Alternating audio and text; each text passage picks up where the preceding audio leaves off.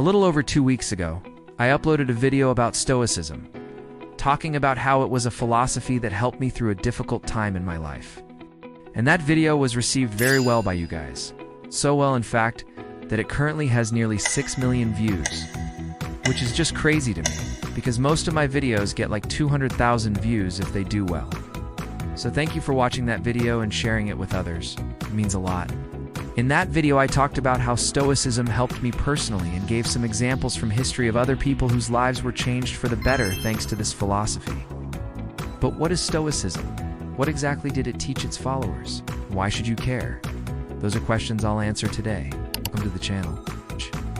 The Stoics taught that emotions like anger and fear can be destructive, but also that they were unavoidable aspects of the human condition. The idea, therefore, was not to avoid or suppress emotions, but to consider how and when to respond to them appropriately. Epicurus famously said that he who is not easily angered is not easily led astray, implying that the wise person does not have their reactions taken lightly.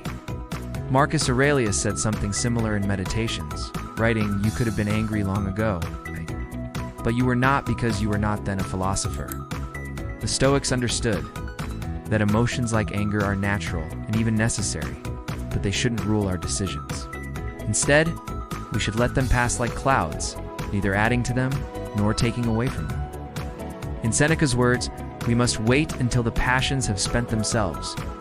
Anger, if it would do good, would act quickly, but it doesn't. It lingers and keeps on doing harm. Epictetus, one of the central figures of Stoicism, once told his slave, "You want some advice? Stop blaming others for your anger, for it's your own fault. Nobody can anger you without your consent." For the Stoics, anger was seen as a mistake. In fact, they believed that the only thing that caused anger was ignorance. To put it simply, if someone was mad at you, they didn't understand who you were. They didn't know that you were just another fellow human being. That you too had faults and weaknesses. That you were struggling to do the right thing just like them. If they truly understood you, they wouldn't be angry. Or as Epicurus wrote in his letter from a friend, "He who is ill does not wish another to be ill, nor he who is rich to be poor. No one wishes evil to himself, and he who wishes evil to another has not yet understood himself." The Stoics saw anger as a reaction that could be overcome with understanding and knowledge. It was a product of a lack of self-awareness and understanding of the world around us. So what was the solution to this problem? How did the Stoics deal with anger and other negative emotions? They did so by practicing a form of meditation known as negative visualization. This was an exercise in which one imagined the worst that could happen and prepared oneself mentally for it. This way, when those things actually happened, we wouldn't be so surprised or overwhelmed that we lost our cool, as Epicurus wrote in his book. On the nature of things, if you want to improve your life, think of the worst that can happen. Then take the opposite course to the one that fear suggests. So when you feel anger, visualize yourself overcoming it and getting through this feeling. When you feel fear, imagine the worst-case scenario and how you'd deal with it. By doing this exercise regularly, we train ourselves to react more calmly and rationally to whatever situation we find ourselves in. Atticus was a Stoic philosopher who lived in Athens around the middle of the 2nd century CE. He was born into a wealthy family and enjoyed a privileged lifestyle. However, he gave up his fortune to devote himself to philosophy. Little is known about his life, but his teachings were recorded by his student, the Roman Emperor Hadrian. In the 1950s, a papyrus fragment containing parts of Atticus's treatise on anger was discovered in Egypt. This text provides insight into how Stoics dealt with this common emotion. According to Atticus, anger can be dangerous and self-destructive. He believed that it's important to recognize and control one's emotions, especially anger. He didn't see anger as something bad in itself, but rather as something that needed to be properly managed. In his text, Atticus talks about 3 ways to deal with anger.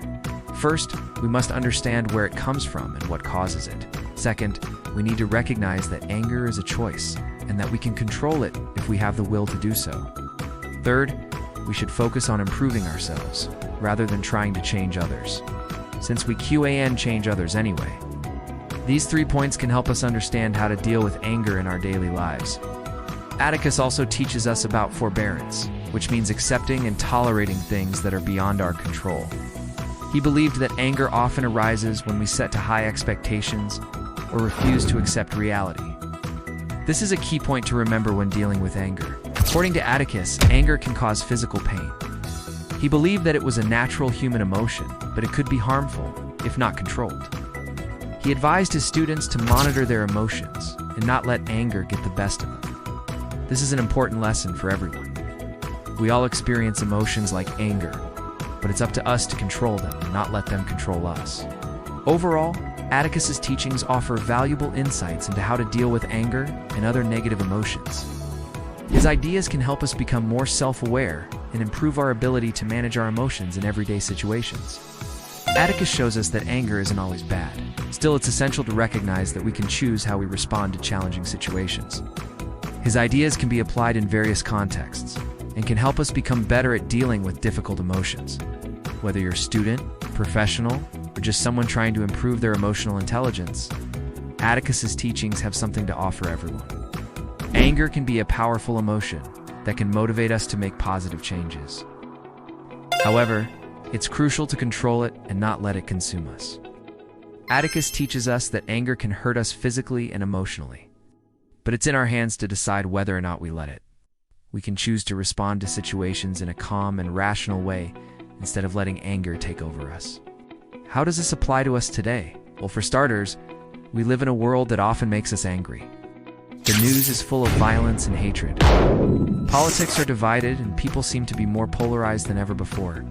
Social media, while a useful tool, also gives us a constant stream of negativity and people's worst impulses. It's easy to get sucked into this cycle and feel angry all the time, but as Atticus teaches us, anger is a choice. We choose to get angry when we interpret events through the lens of our beliefs and expectations. We choose to personalize things and take them personally. But we also have the power to let go of that anger and choose to forgive.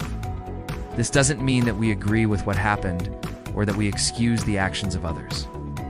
It means that we release the anger and resentment we re-holding onto because they not helping us and they hurting us. By choosing to let go of our anger, we free ourselves from the burden of negative emotions and open ourselves up to the possibility of happiness and peace. This is a lesson that's more relevant today than ever before. We need to learn how to control our emotions, especially anger, and not let it control us. We need to be aware of the sources of our anger and how to deal with it effectively. We also need to cultivate a sense of tolerance and acceptance, recognizing that not everything will go our way, and that's okay. As Atticus said, "He who is ill does not wish another to be ill, nor he who is rich to be poor. No one wishes evil to himself, and he who wishes evil to another has not yet understood himself." We need to understand that anger can hurt us, both emotionally and physically, but it's up to us to decide whether or not we allow it to.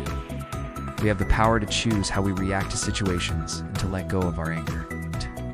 When we do this, we free ourselves from the burden of negative emotions and open ourselves up to the possibility of happiness and peace. If you enjoyed this episode, I'm sure you'll love the next one. See you there.